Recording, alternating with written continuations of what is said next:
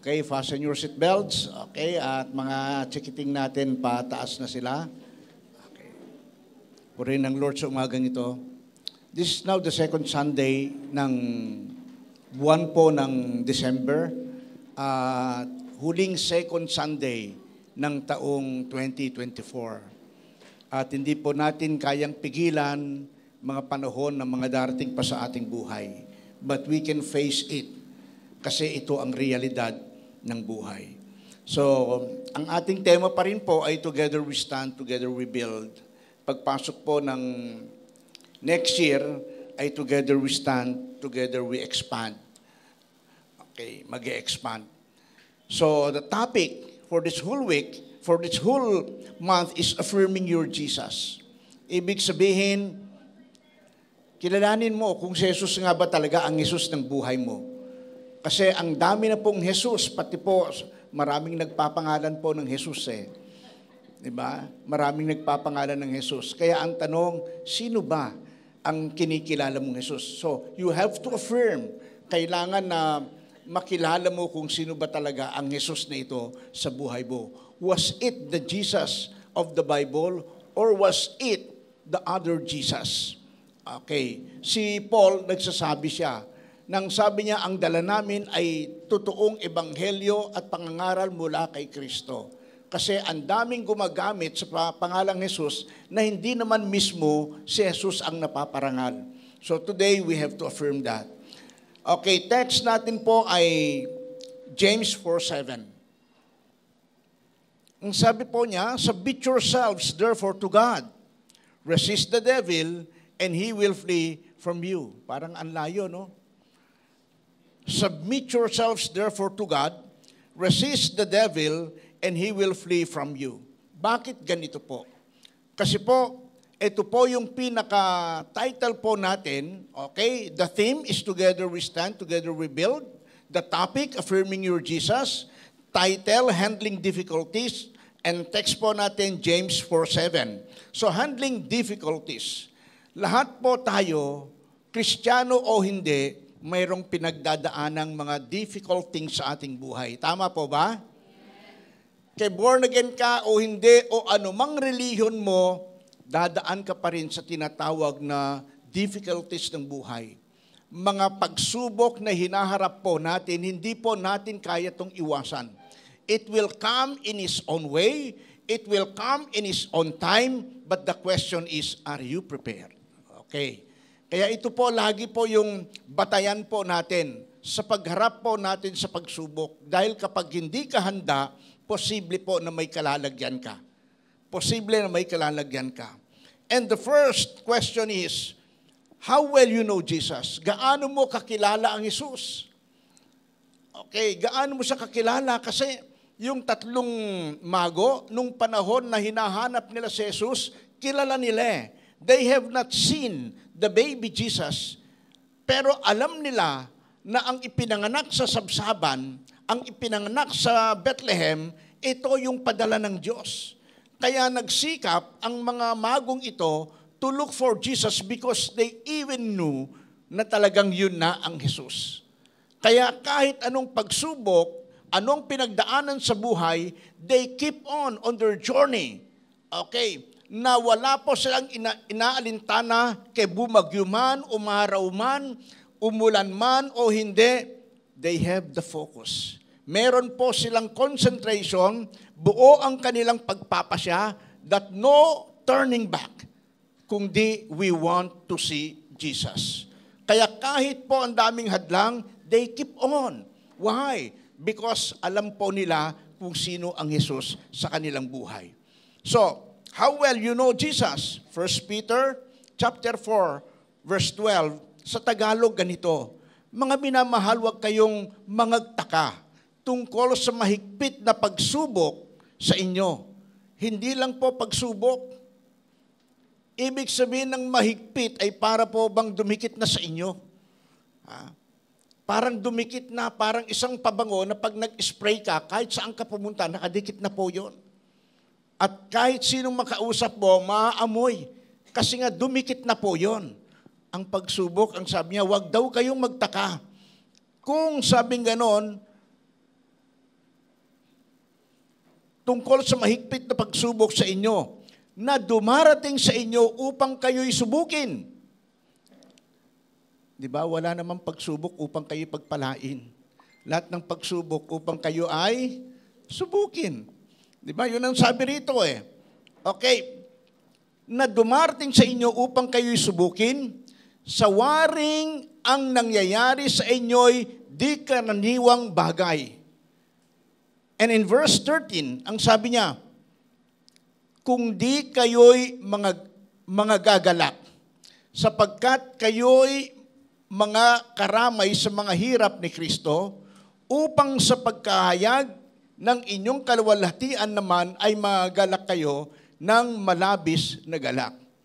So, Peter, sa kanyang sinabi, he is encouraging us, okay, tayo ay kanyang ine-encourage na kapag dumating ang mga pagsubok na yan, ang sabi niya, don't be happy, but you have to rejoice. There's difference between happiness and rejoicing. Mga galak kayo, ang sabing ganon. Dahil kayo ay nakikihati sa hirap. In short, naramdaman ninyo kahit papaano yung hirap na tiniis ni Kristo para sa inyo. So, difficult situations sometimes used by God para kilalanin siya. Kasi kapag ang tao hayahay ang buhay, Lord, thank you, nakangiti pa yan. Pero pag dumarating ang pagsubok, nagtatatarang nga, hindi niya na alam kung sino lalapitan niya. Pupunta na yan kay Jehovah Bombay. Ha? Okay. Kay Jehovah Kapampangan. Yung mga ganon. O kaya doon po sa Lulier. Magsasanla kung anong pwedeng isanla. Kasi isip nila ganon. Kapag dumarating yung matinding difficulties ng buhay, yung iba nangihiram ng tapang sa ubas. I mean, ubas ginagawang alak. Di ba? Doon sila nangihiram ng tapang. Yung iba naman para makalimot, ayun, nagdadamo. Okay, para high na high sila, makalimot daw. Because they are suffering difficulties in life. So, alam mo yung difficult situations, kasama po yung, kaya naging difficult po yan kasi komplikado. Diba? Kapag ka ang karamdaman mo ay sakit lang sa ulo, simpleng sakit sa ulo, inom ka ng Biogesic, okay yan. Pero kung ang karamdaman mo ay datnan ka ng mag-best friend, sino? Si Art at saka si Ray. Hindi mo alam kung ang sakit mo si arthritis o si rheuma. Kasi laging magkasama yan eh. Ang tawag dyan, best friends eh. Si Art at saka si Ray. Di ba? O kaya si Judith at saka si Bill. Si Bill and Judith. Pag dumating yan, nang hindi mo napaghandaan, sabi ng Batanggenyo, ala, utay ka. Di ba? Patay ka. Komplikado eh. Dumating ang bill ng bayaran sa tubig, bayaran sa ilaw, bayad ka pa ng bahay, may Avon ka pa. Ha? Meron ka pang monthly home credit. Pag nagsama-sama yan, komplikado na. Di ba? Sino ngayon ang uunahin mo?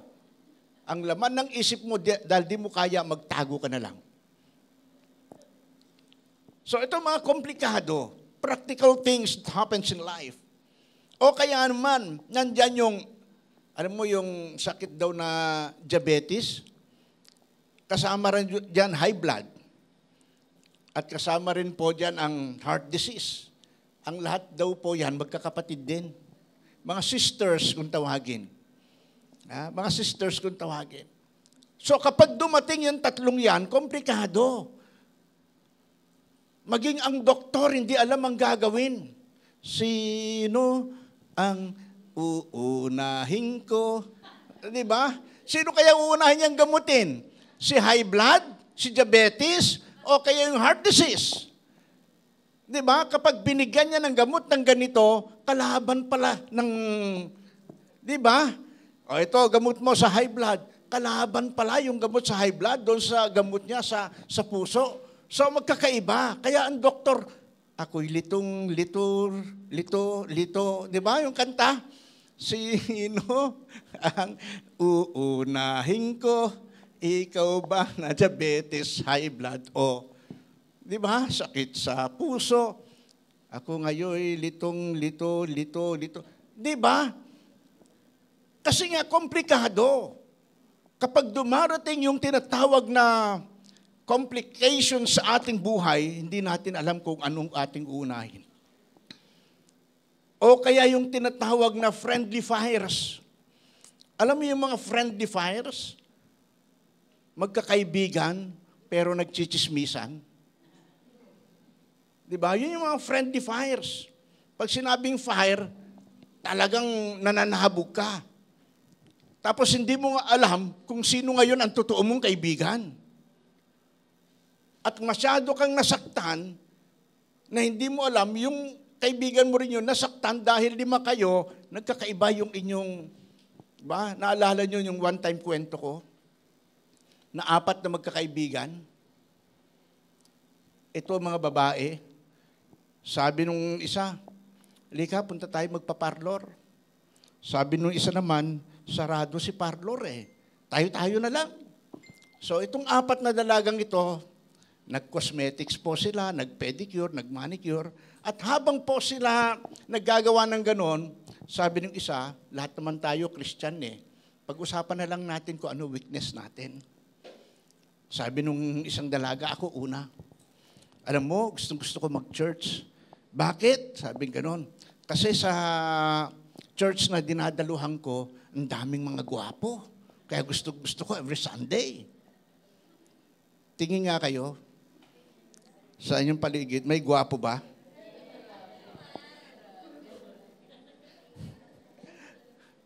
Kaya sabi sa babae, yun siguro weakness ko. Yun ang weakness ko, sabi nung isa, na ang daming gwapo, nai-inspire ako, lagi mag-church kasi ang daming gwapo. Eh yung isang kaibigan naman, ako naman ang weakness ko, ang sabing ganun niya, naasar ako doon sa nagpapaawit. Kasi kadalasan pinapaawit, mga English, di ko naman naintindihan. Kaya kapag di ko naintindihan, nayayamot na ako doon. Pati yung pakikinig ko ng salita ng Diyos, hindi na ako makapag-concentrate. Dahil yung nagpaawit, di ko na maintindihan ng inaawit. Weakness ko yun. Yung pangatlo naman, sabi niya, ako ang weakness ko kapag kayong nag-o-offering na, kasi minsan hindi ko na paghahandaan. Yun ang weakness ko. Tapos yung isa naman, ang sabi niya, total, napag-uusapan natin yung mga kahinaan, 5 para sila magkakasama. Sabi niya, total, napag-usapan ng ating mga kahinaan. Ako naman sabing ganun, dalawa boyfriend ko. So, hindi ko alam, sabing ganun, kung bakit, na madali akong ma-attract, sabing ganun niya, doon sa mga nanligaw sa akin. So, bumigay ako. Yung panlima, sabi niya, ikaw, ano naman weakness mo? Simple lang ang weakness ko, hindi katulad ng weakness ninyo. Ang weakness ko, hindi katulad ng inyong kahinaan. Ang weakness ko, magaling ako magbalita. Kaya lahat ng weakness nyo, kaya ko na yung ibalita. Kaya uwing-uwi nang ako eh. So, friendly fires. Di ba? Kapag pumutok, sino na ngayon sisisihin natin? So, komplikado. Kapag hindi po na-address ng tama, it becomes a failure na damay marami. So, mga komplikasyon ito ng buhay. You will know Jesus through your personal devotion. Kasi nga, how well you know Jesus? Paano mo ibabahagi si Kristo kung hindi mo siya kilala? Paano mo sasabihin na si Kristo ay mabait na hindi mo naranasan sa buhay mo? So, paano mo siya maranasan at makilala sa buhay mo? Dapat meron kang personal attachment sa Panginoon. Meron kang personal na devotion. Parang mag-asawa na lagi kayong nag-uusap. Lagi kayong nagkukwentuhan. Kahit ang pinagkukwentuhan ninyo ay out of the world. Diba? Yung pagkwentuhan lang ninyo, yung mga nangyari ng mga bata kayo, yung mga ganun, okay lang yon. Because you are building relationship of knowing each other. Amen. So, through your daily walk with God, paano mo makikilala ang ating Panginoon Jesus? Sa pamamagitan ng araw-araw mong pamumuhay. Through your lifestyle. At doon mo makikilala rin mismo ang sarili mo kung may nagbago. Maaring magtaka ka. Naalala ko ang dati nating presidente. Ang sabi niya, kilala niyo ako sa pagbumura. Sabi niya, si President Duterte. Pero nung tinawag sa Senado, pigil na pigil siya. Kaya siya mismo nagtaka sa sarili niya. Kasi nga, kinilala niya kung sino kaharap niya. Kung Kristiyano ka, kilala mo kung sino ang lagi mong kasama araw-araw. Kaya hindi ka makakagawa ngayon ng mga bagay na ayaw ng kasama mo. Amen. Kasi binibigay mo yung mataas na pagrespeto. And you are walking daily with Jesus sa buhay mo. Kaya siya nagtataka rin. Itong si former president na hindi siya makapagmura ngayon. Kasi nga, ginagalang niya yung kanyang kasama. Kaya kung ginagalang mo ang lagi mong kasama na si Jesus, kasi nga nakilala mo na siya, na ayaw niya yon, so alang-alang sa pagbabago rin ng buhay mo, hindi mo gagawin yung dati mong ginagawa noon. Amen. So remember that what you are now is the result of your unprepared what-ifs in your yesterday or in your life. Kung ano ka ngayon, yan ang resulta ng mga papaano kung o yung hindi mo napaghandaang papaano kung sa nakaraang buhay mo. Kasi sabi ko kanina sa nag-aalmusal kami, kasama ko si Pastora at saka yung mga nandun sa aming bahay, ang sabi ko ganito, itong week na, itong nakaraan, iika-ika ako, punta nga ako doon sa meeting ng mga pastors under po ng dito sa Capitol Hills. May baston po ako. Pero I need to be with them. So napansin ko na maraming mga pastors din and leaders sa simbahan, maging membro ng simbahan, na yung mga what if na hindi po nila pinaghandaan, isang araw dumating, bagsak sila because of emotional weakness. Paano kung mangyari ito? Hindi mo binigyan ng tugon. Nangyari nga isang araw. Hindi mo ngayon matanggap. Nagmumukmuk ka ngayon. Kasi hindi mo napaghandaan yung mga bagay na what if. Kaya yung mga kinakaunsilan ko sa kasal, hinahanda ko yung kanilang future. Tinatanong ko, ilan bang anak na gusto nyo? Pag sinabi niya, 3. Anong gusto? Paano kung 2 lang? At ligate ka na dahil putol na yung kwelyo ng mattress ng asawa mo. Anong gagawin nyo? 3 pala gusto nyo. Mag-aampon ba kayo para maging 3? O okay na kami sa 2? Kapag ganoon, okay, no problem. At least you solve the problem. Those were the what if. Papaano? Kung 3 gusto nyo, pero isa pala sa inyo, baog. Those were what if sa buhay. Ano ang gagawin ninyo? So, I offer them answers, suggestions. Aampun ba kayo? O mananatili na lang kayong 2? Kung aampun kayo, saan kayo kukuha ng aampun ninyo? Sa mother side? Sa father side? O sa biyenan? O sa biyenang kabila? O doon po kayo kukuha sa bahay ampunan? Those were what ifs in life. Na kailangan makita natin na hindi naman dumating o hindi, at least alam natin we are prepared for that. Kasi baka isang araw, you ignore those things and it happened to you, magmumukmuk ngayon. Hindi mo na paghandaan, yan ang magiging resulta kung bakit hindi ka makapag-move on sa buhay mo. But if you know God, but if you know Jesus, eto, Panginoon, yung tugon ko sa mga what if na yan, i-honor ng Lord yun at sasamahan ka ng Panginoon at ibigay niya the best answer doon sa mga what ifs. Nung dumating po ako sa matinding karamdaman, tingin ko karamdaman. Kasi nga, kailangan akong operahan. So, nandun ako sa hospital, pinagtatawag ko yung mga mag-aasawang pastor. Yung iba umiiyak habang ako ay nagsasalita sa kanila. Dahil ako may karamdaman, isasalang sa operasyon, and yet I am discussing to them patungkol po sa mga bagay-bagay sa paglago ng buhay at ng iglesia. Umiiyak sila kasi nga nagawa mo pa kaming palakasin, pastor, sa ganyang sitwasyon mo. Then sabi ko, then I have to. Kasi baka hindi ko na kayo makausap. Pagkatapos ng operasyon na to, hindi ko hawak ang buhay. What if God allows me na sa operasyon, doon niya ako kunin? Hindi ko na magagawa ito. At least kahit buhay ako, gagawin ko na ito. Kahit may karamdaman. Those were what ifs sa buhay. Kaya kung ano ka ngayon, resulta yan ng hindi mo napaghandaan noon. Then the second one, how well you love God. Gaano mo kamahal ang Diyos?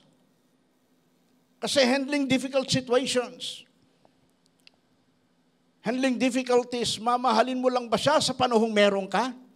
Sa panahong hayahay ang buhay? Paano kung dumating yung hirap ng buhay? Paano na ito, Chong? Paano na? And in Mark 12:30, ito yung sabi ng Panginoon. And you shall love the Lord your God with all your heart, with all your soul, with all your mind, and with all your strength. There's a difference between shall and must. Hindi niya sinabi na you must love the Lord. Ang sabi niya, you shall. Must, ito po ay no more, no less. No more, no less. Pero you shall, ito po ay decision mo. Para bang suggestion lang niya, you shall love the Lord your God. Pero you must, wala ka nang pwedeng irason. Dapat ito. Now, God wants us to love Him the way He wants to love Him. God wants us to love Him the way He wants to be loved. Gusto ng Diyos na mahalin natin siya hindi sa paraan ng pagmamahal mo. Mahalin mo siya sa paraan ng gusto niyang mahalin mo siya. Bakit pumasa si Peter doon sa tanong ng Panginoon sa kanya? Peter, mahal mo ba ako ng higit sa rito? Pedro, lovest thou me more than this? When Jesus nagbangon sa mga patay, pagkatapos sinanap niya ang kanyang mga disciples and He found His disciples along the shore. Nangingisda. At ang sabi, walang huli. Pagkatapos sabi ni Lord, cast out your nets sa right side. At nung kanila pong inagi sa bandang kanan, sabi ng Bible, halos magkanda pupunit yung kanilang lambat. At pagkatapos tinawag sila ni Jesus. At sila'y pinakain. At nung sila'y pinakain, He spoke with Peter. At ang sabi niya, tinanong niya, Pedro, mahal mo ba ako ng higit sa rito? Pero sabi ni Peter, opo, mahal ko po kayo. Okay, pakanin mo ang aking mga tupa. 3 beses, alagaan mo. Care for my flocks. Feed my little lambs. Kaya ang tanong ko, bakit pumasa si Peter sa tanong ni Jesus? Kasi bilang tao, hindi po natin kayang pantayan ang pagmamahal ng Diyos. Amen? Di po natin kayang pantayan ang pagmamahal ng Diyos. Kasi yung sagot ni Peter, ang pinakamataas na uri ng pag-ibig na kayang ibigay ng tao sa tao. I cannot love you with that kind of love. Pero yung kayang ibigay ni Peter ay pagmamahal bilang isang kaibigan. Pero anong sabi ng Panginoon? There's no greater love than this. Than a man that he's willing to lay down his life for a friend. Kasi nung tanong, sabi ni Jesus, Peter, do you agape me? At ang sabi ni Peter, yes, Lord, I phileo you. Tignan niyo yung dalawang uri ng pag-ibig. Yung isa, agape, God kind of love. Yung isa, phileo, ito ay pagmamahal sa kaibigan. Kaya ang sabi ni Jesus, Peter, do you agape me? Ang sabi ni Peter, Lord, I phileo you. Kaibigan na uri ng pag-ibig ang kaya kong ibigay. Pagdating sa John, there's no greater love than this, then a man is willing to lay down his life for his friend. Iniisip ko na naman, bakit friend? Bakit hindi brother? Bakit hindi sister? Bakit hindi parents ang turing? Friend. Kasi there are times, mas nasasabi natin mga bagay-bagay sa buhay natin sa kaibigan kaysa sa kapatid o kaysa sa magulang. Right? Wala namang best sister kung di best friend.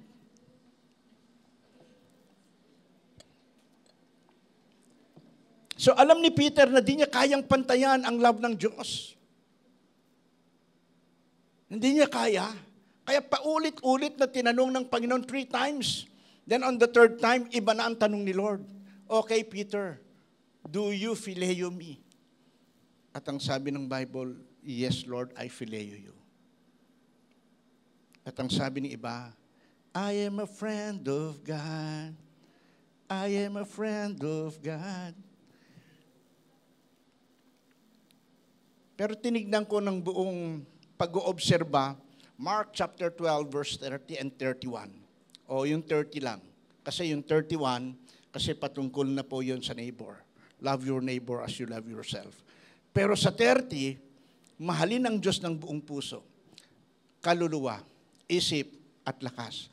Ang tanong ko, pwede bang mahalin si Lord ng tingi?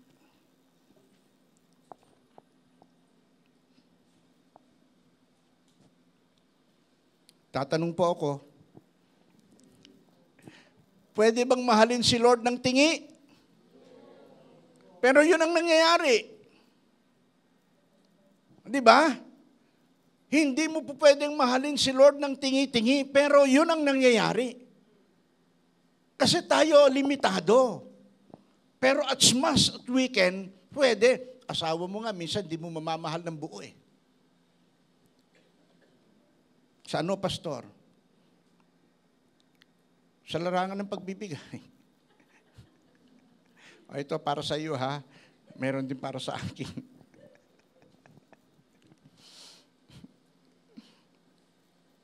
Si pastora na naginip daw kagabi. Ha? Nag-react ako. Sabi na, naginip ako. Anong panaginip mo? Yung meron daw nagbibigay sa akin na naka-envelope, pero binibigay ko rin naman sa kanya. Ang problema niya, pagtingin niya, envelope na lang. Sabi ko, di ba, ang panaginip mo ay kabaliktaran sa ano? We cannot love God portion by portion. Because God is wanting us to love Him the way He wants to be loved. At ang sabi niya, you shall love me ng buong puso. Di ba? Naalala niyo yung dialogue ni Sharon Cuneta. Hindi ko alam kung sino yung kapartner niya. Ang sabi niya, saan ba ako? Naroon sa buhay mo. Sa utak mo, sa puso mo. Di ba? Kasi nga, yun ang kaya lang ibigay ng tao. We cannot love ng lahat-lahat na ganon. Di ba? Pero kung mayroon man, salamat sa Lord. Kung nakaya mong mahalin, diba, ang tao, tulad ng pagmamahal ng Diyos, salamat sa Panginoon. At least nagsisikap tayo ngayon. Ngayon, nasusukat ang ating pagmamahal sa Diyos through our service to people. Yun ang tinatawag na verse 31. Anong sabi niya? Love your neighbor as you love your self, because you cannot love your neighbor by not serving.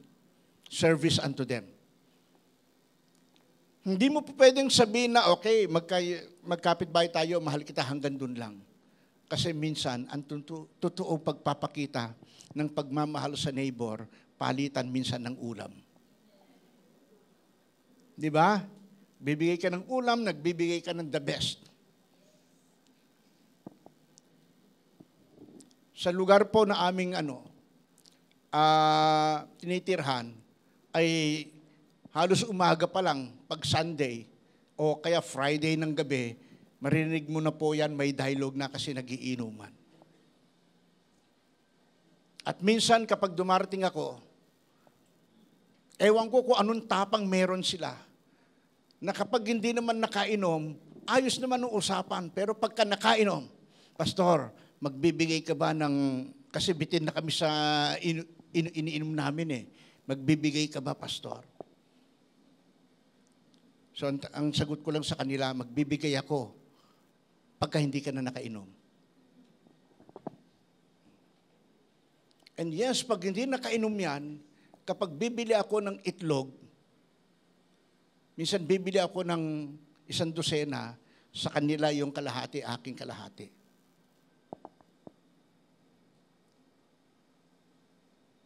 Kaya kahit wala kami sa bahay, at bukas lang ang bahay, may bantay na kapitbahay.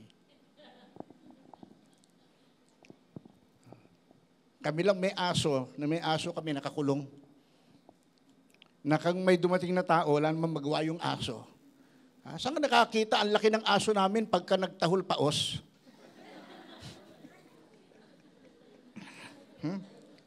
Ang aso namin ganun. Ang laki ng aso namin. American bully po yun. Pero pag kumahol, mas malakas pa yung tuta. Pero saan siya mas malakas? Kapag natulog yung aso. Mas naririnig mo yung kanyang harok kesa sa tahol. Sabi ng pumupunta, ano ba yan, baboy? So, nasusukat ang ating pagmamahal sa Diyos sa pamamagitan ng ating paglilingkod sa kapwa. Loving God, serving people. If you love God, you serve people. Amen. Tinanong ako kanina ni Ate Alma, nakarating ka ba sa Zumba natin sa senior kahapon? Sabi ko, hindi. Alam niyo bakit? Kasi nung nakaraang, hindi nitong kahapon, nung nakaraang Sabado, tinipon ko yung mga pastors ng Phase 1, Phase 2. At bumuo kami ng grupo na ang pangalan namin Chapa. Nang ibig sabihin ng Chapa, Capitol Hills Alliance of Pastors. Wala kaming leader. Gusto ko, lahat pare-pareho lang kami. We come up into a conclusion na magjo-join kami sa Zumba.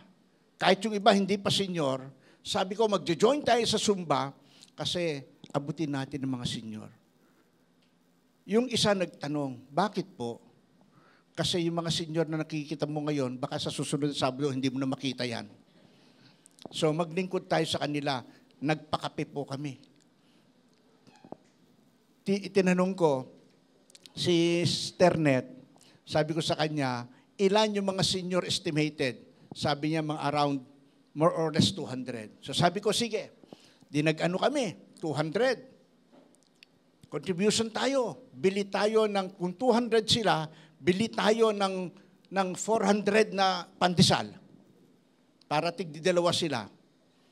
And then Milo, and then may 3-in-1, and then may barako, at meron pa yung brewed coffee yung nasa stick lang. Okay. Then habang sila nagkakape, share ako ng Word of God sa microphone. At yung iba habang nagkakape, hindi uuwi kasi mainit mainit yung kape. So hinintay niya hanggang matapos. Kasi sa isip ko, this is wisdom. Kasi ang mga yan, mga sarado, kandado, barado, tinapon pa yung susi sa malayo. Kaya hindi mo yan maimbitahan sa simbahan. Pero the Word of God must be shared with wisdom. Kasi nakita ko yung dati kong mga nakikita noon, ayos ang lakad Pero nung mga nakaraang araw, yung mga maayos ang lakad, nakatabingin ng senior na mga tabi niya ko maglakad. So sabi ko, kahit paano, this would be a legacy na ang mga pastor ay hindi lang pangsimbahan. Di ba? Pang-sports pa. Nang dahil sa sumba na magaan tuhod ko. Kaya mula Lunes hanggang Huwebes, nakatungkod po ako. At nakahiga lang ako mula Lunes hanggang Miyerkules dahil sa sakit. But I never regretted it because I enjoy what I'm doing.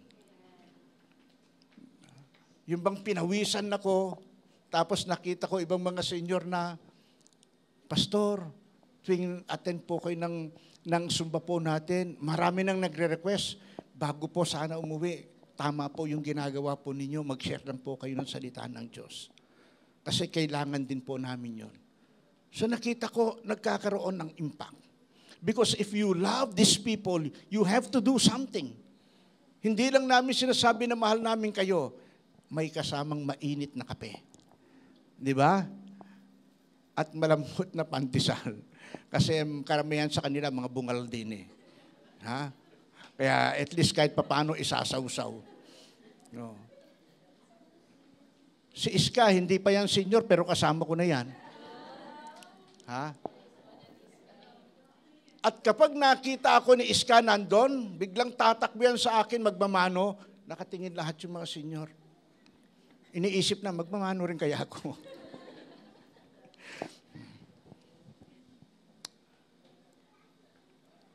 Then thirdly, how well your relationship to Jesus. Okay. Kasi alam nyo, yung relationship mo sa Panginoon, that would determine your strength in facing every foes and every trials sa buhay mo.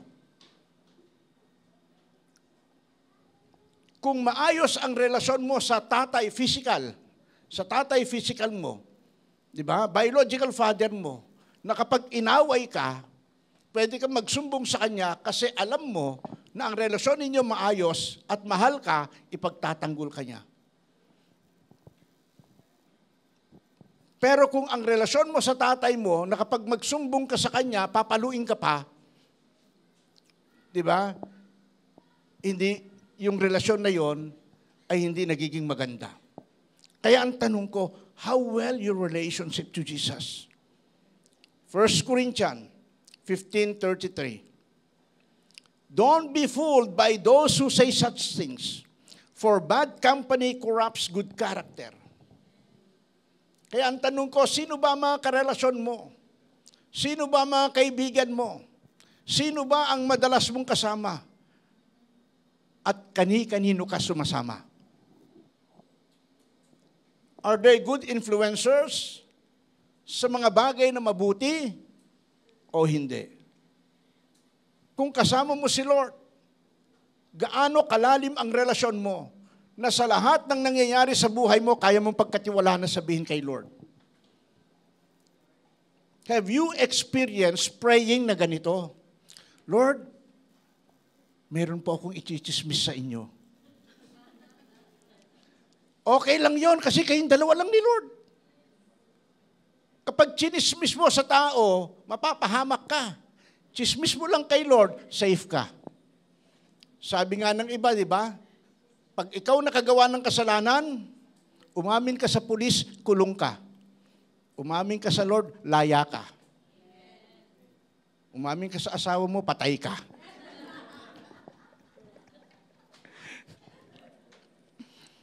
So, you see how Satan traps Christian nowadays. Gusto kong makita ninyo kung papaano tayo sinisilo o tinatrap ni Satanas sa panahong ito. First, it is by what we listen to. Kung madalas po kayong makinig doon sa mga vlogger against Duterte or against the President, mawiwindang po isip ninyo. Kasi yung mga vlogger na yan, lalong pinag-iinit-init ang issue. And that is one way of trapping Christians. Na makapagsasalita ka ngayon, ay ambad pala. Kasi, totoo kaya yon, bangag siya.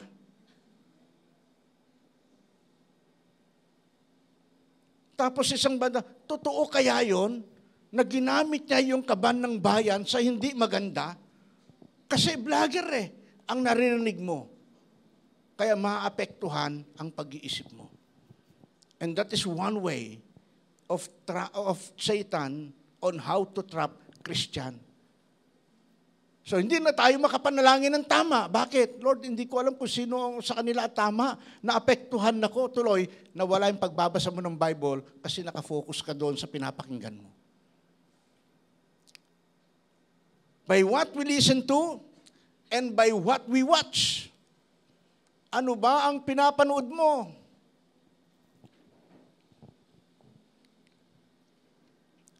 Dati pinapasahan ako ng Netflix. Alas 2 na pala madaling araw, hindi ko matapos-tapos yung ano. Pero nung nawala na ang Netflix, maaga na ako. Diba? At ang madalas kong pinapakinggan para makatulog ako, mga kanta na lang. Mga kanta. Na minsan nagigising ako, may kumakanta pa rin. So by what we watch, ano ba yung pinapanood mo? Tapos pag tinanong ka, may moral lesson naman. Kaya yan ay horror o love o fantasy, lahat yan may moral lesson. Pero ang moral lesson hindi nagliligtas. Walang salvation sa moral lesson. Ang salvation is through Jesus and His Word. Amen. Kaya dapat yung ating isip, mahalin natin si Lord ng buong buo. Yung ating puso. Alam mo yun, naalala ko nung, that was 1977 to 1978, na mayroong Skylab na babagsak. Sinong buhay na nung panahon na yon? Di ba? Bata pa rin ako noon. Di ba? So, alam mo, nung dumating yon, may mga matatanda na inatake sa puso. Dahil sa balita. Hindi lang po yon. Nung panahon ng Y2K, magugunay ang mundo. Naalala nyo? Na darating na yung year 2000, magwawakas na ang mundo. Ang dami na rin nun naapektuhan ng matatanda na may sakit sa puso. Because we were affected by what we see and what we hear. Okay, sana kung ang lagi mong naririnig ay the goodness of God, okay, nagpapasaya sa ating buhay. Paano kung laging nababalitaan mo reklamo ng tao? Paano kung nababalitaan mo ang reklamo o sitwasyon o pangyayari sa buhay ng ibang mahal mo sa buhay? So naapektuhan na po tayo. Pero kung maayos ang relasyon mo sa Panginoon, hindi ka tatablan ng reklamo ng tao because the Word of God is your anesthesia. Kapag meron kang salita ng Diyos, yung reklamo ng tao, pasok dito, labas dito. Kasi alam mo yung relasyon mo sa Panginoon maayos. And third, by what we allow to surround us. Sino ba yung inalaw mo o pinahintulutan mo na palibutan ka sa buhay mo? Kasi ito yung mag-i-influence sa iyo. Ito yung environment mo na maapektuhan ka dahil sa style ng buhay. Hindi ako naniniwala na kapag ikaw ay nakatira sa squatter at lumaki kang squatter, ang isip mo squatter.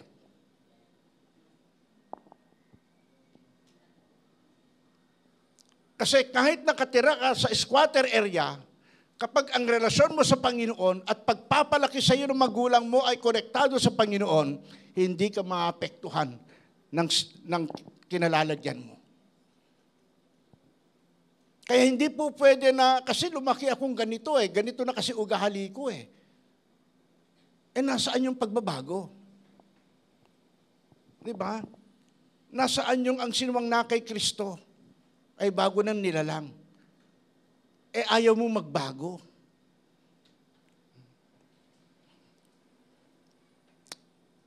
your relationship to God is being tested when you're alone. Kaya ang tanong ko, kumusta ang relasyon mo sa Panginoon? Pag marami tayo, sama-sama tayo, okay. But when you're alone, you will be tested by the enemy. When Jesus was all alone in the wilderness, dumating, di ba? Tinukso siya ng dyablo, nag-iisa si Jesus.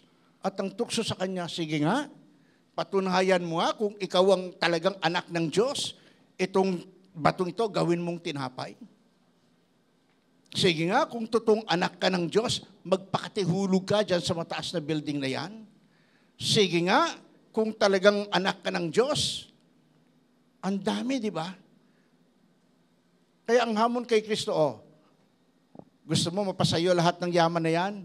Sambahin mo ako, sabi ng dyablo.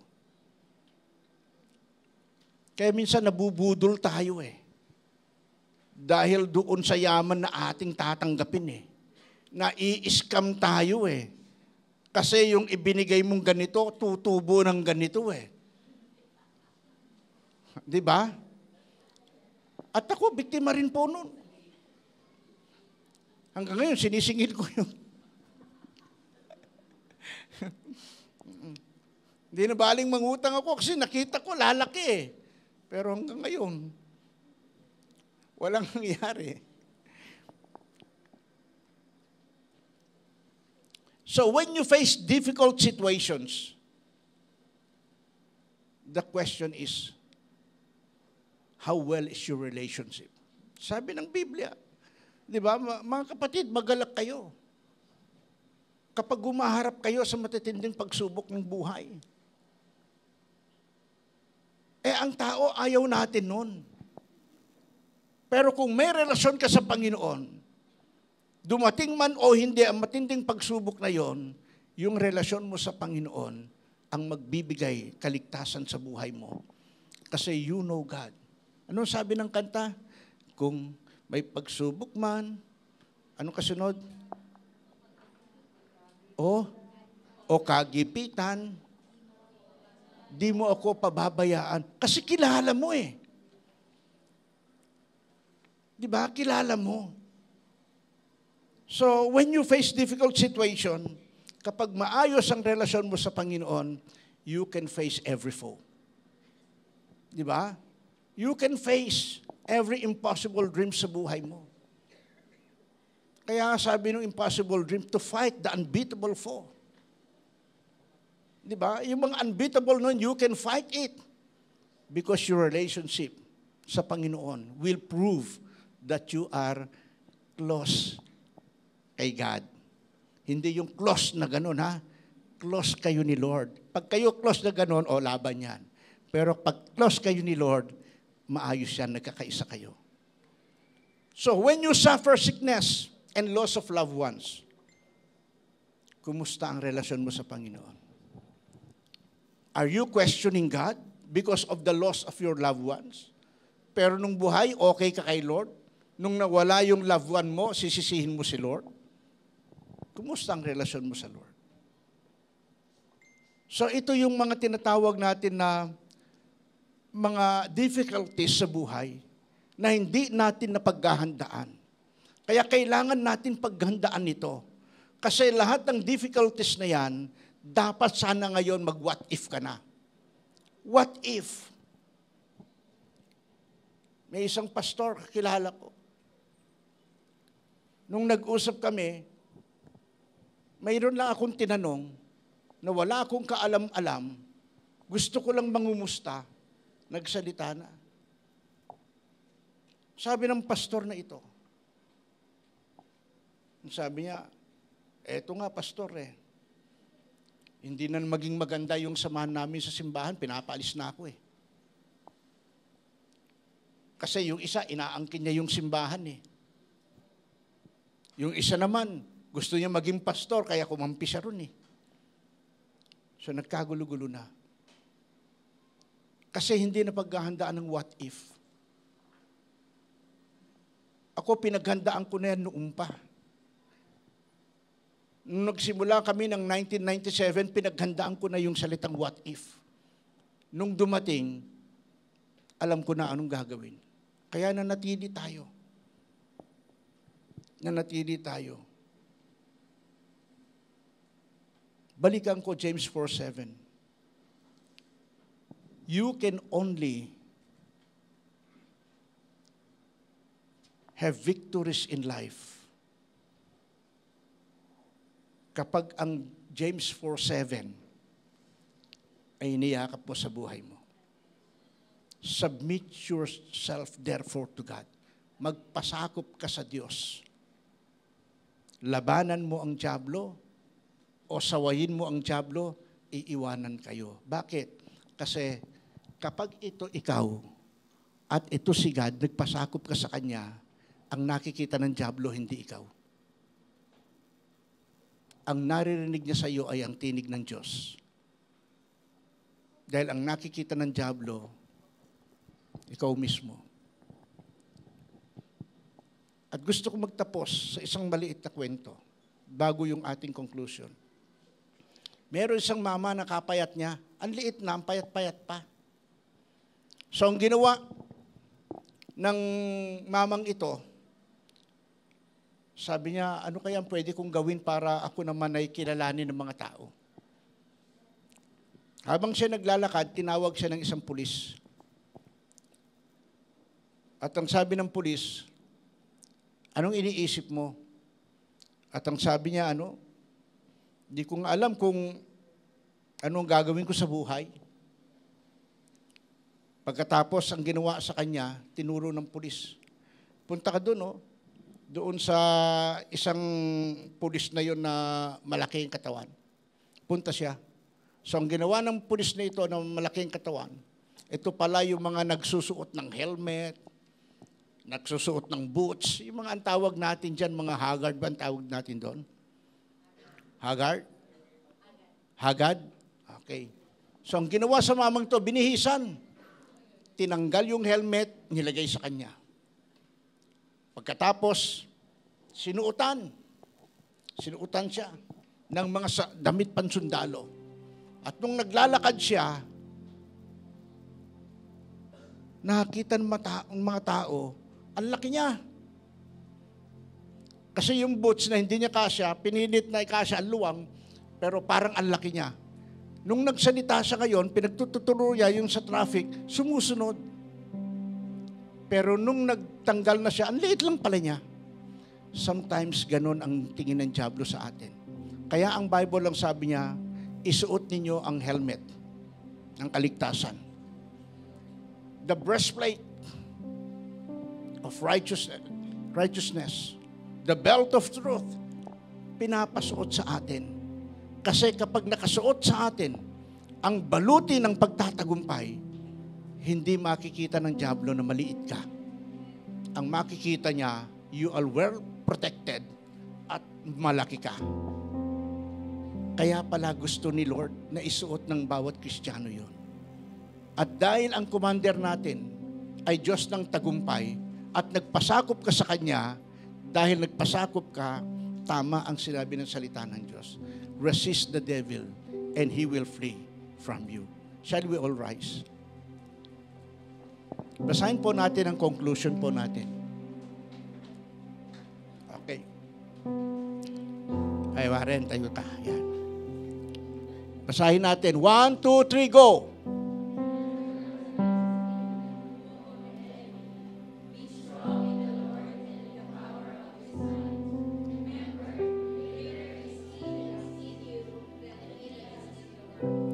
Never underestimate. Huwag ninyong maliitin ang kakayahan ng dyablo. Kasi meron siyang paraan ng pakikipaglaban. Kaya huwag nating maliitin siya.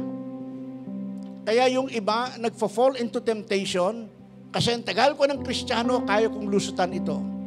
Pero nung nangyari ang isang bagay sa kanila, semplang ang kanilang buhay. Ang sabi niya, huwag yung maliitin ang kakayahan ng dyablo. Kung di, magpakalakas ka sa Panginoon at sa Kanyang kapangyarihan, alalahanin mo, mas malakas siya na nasa sa iyo kaysa siya nasa sandibutan. Greater is He that is in you than he that is in the world. And this is how to handle difficulties sa buhay. Know your Jesus. Sino ba siya sa buhay mo? Gaano mo siya kamahal? At kumusta ang relasyon mo sa Kanya? Pag maayos lahat yan, you have now the power to resist the enemy, and the enemy will flee. Habang tayo nasa diwa ng panalangin, simple ang sinasabi ng Bible. Let us acknowledge God sa buhay natin. Do not play God. Huwag kayong maging Diyos sa buhay niyo at sa buhay ng ibang mga tao. Kung di ipanalangin natin na makita nila ang Diyos na ito sa ating buhay, sa pamamagitan ng paglilingkod natin sa Diyos, sa paraan ng pagsisilbi sa tao, sa ating pananalita, sa ating pamumuhay.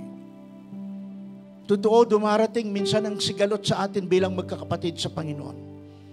Pero hindi dapat nadadamay ang relasyon natin sa Diyos. Dahil kapag nadamay ang relasyon mo sa Panginoon, madali na lang magwika ng masama sa kapwa. Pero kapag kahit sigalot ang nangyayari sa buhay, maayos ang relasyon mo sa Panginoon, you can see positivity doon sa mga negative na nangyayari. You can still see God on the hearts of your enemy. Kasi bawat tao, nilikha ng Diyos, mayroon yan sa kanyang puso, lahing maka-Diyos. Huwag nating tignan ng tao na ganun siya kasama. Ang hanapin natin, may Jesus sa buhay ni ito. At yon ang kailangan niya sa kanyang buhay. Mabuhay ang salita ng Diyos. Because the Word of God is Jesus. Sa oras na to, I want you to come front and let us all pray. Sige. I-affirm natin sa araw na ito that Jesus is our Jesus. Kung sa mga nagdaang panahon, umasa tayo sa Bombay, umasa tayo sa home credit o sino man ating pinagkakautangan o hinihingian na minsan hindi na tayo nananalangin sa Diyos dahil mayroon naman tumutugon. Mahal sa buhay na nagbibigay ng pangangailangan. What if? Paano kung dumating ang panahon, mawala na yan sa paningin mo? At ang sabi ng Panginoon, He is the same yesterday, today, and forever. And in every places where you are, His presence is there.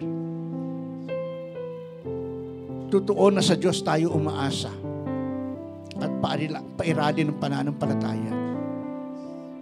Totoo na may mga bagay sa buhay na hindi natin kayang harapin, hindi natin kayang kontrolin at hindi natin kayang lutasin.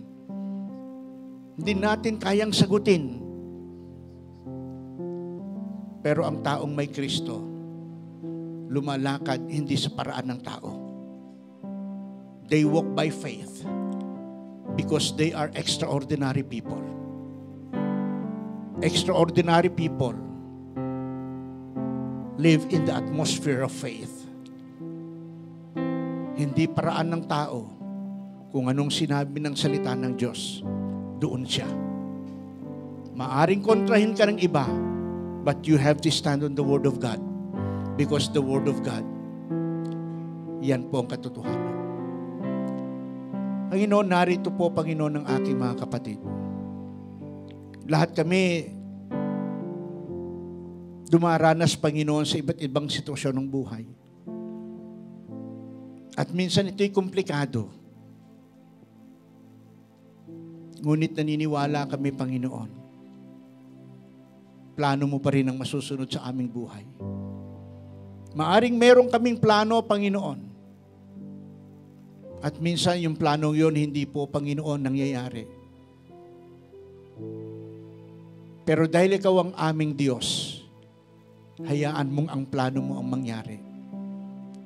Kahit yung ayaw namin na gusto mo, gugustuhin namin.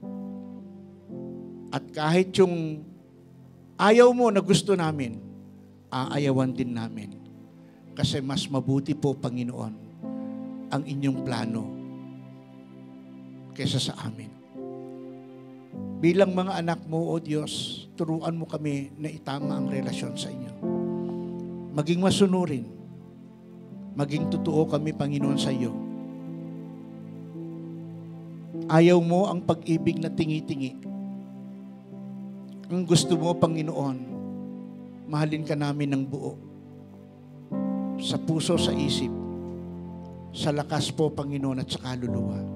Tulungan mo kami, Panginoon, na hakbangan namin ito at walang mahirap sa taong nagmamahal.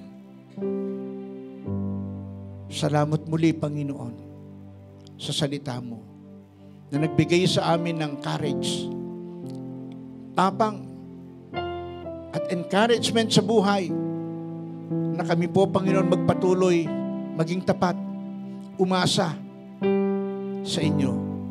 Kasi yun po ang sikreto ng tagumpay. Faithfulness. Katapatan, Panginoon, sa inyo. Dalangin ko sa bawat isang narito, Panginoon. Mula ulo hanggang talampakan, dumaloy ang espiritu ng kagalingan. Aming tatanggapin to at paniniwalaan. Because the day you let yourself be nailed at the cross of Calvary, ang kasunod po nun, healing physically. And when the blood of the Lord Jesus Christ fell down on the ground, the curse of this world sa mga nagtiwala have been erased. And we are freed. And what you freed, kung ano ang pinalaya mo, sila po, Panginoon, ay malayang ganap. Kaya po, Panginoon, kami narito. Simbolo po, Panginoon, O Diyos ng kalayaan. Dahil pinalaya mo kami, dahil ikaw na ang Panginoon ng aming buhay. And today, sa oras na to, let the highest praise, O Lord, be rendered unto you. For you deserve the highest praise of your people. Out from our lips, out from our belly, rivers of living water flow, O Lord, because this is the expression of a life that is being changed, a life that is being in the hands of God. Muli po, pagpalain mo ang bawat sa amin sa lahat ng aspeto ng buhay. Physically, materially, Panginoon. Lahat ng mabubuting bagay. Mula, Panginoon, sa iyo, we welcome. And everything na dulot ng mundo ay kaya naming pagtagumpayan kasi po, Panginoon, kilala ka namin, mahal ka namin, at ang relasyon namin totoo. Salamat muli, Panginoon, sa iyo. This all we pray. In Jesus' name. Amen. Okay, makakaupo na po tayo.